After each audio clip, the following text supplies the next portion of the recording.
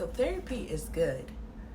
And I think you have to get to a point in your life where you're tired of repeating the same patterns or living the same way, and you want to have a breakthrough in order for therapy to work.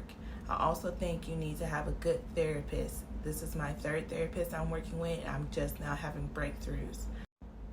And those breakthroughs have been wonderful. They have been eye-opening. Part of me wants to cry because I've lived with the self-guilt for so many years. And then part of me wants to be joyful because I realize a lot and I am evolving, that, I was never the problem. Just because you may have had a conflict with somebody doesn't mean you have to identify with those issues that came from that conflict.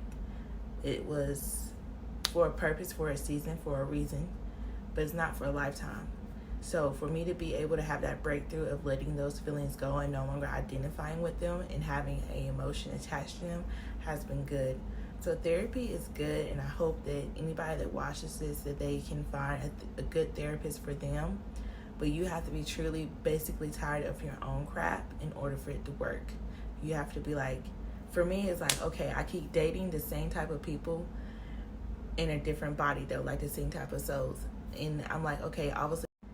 And it's like, okay, obviously I am the problem. So what is it going to take for me to figure out what the problem is? And the problem stems from childhood, and it all makes sense. And it all makes me want to be more picky with who I decide to date and allow into my life. I've always been picky, but I need to be more picky and stop giving people a chance that will never arrive when they're not even trying to arrive.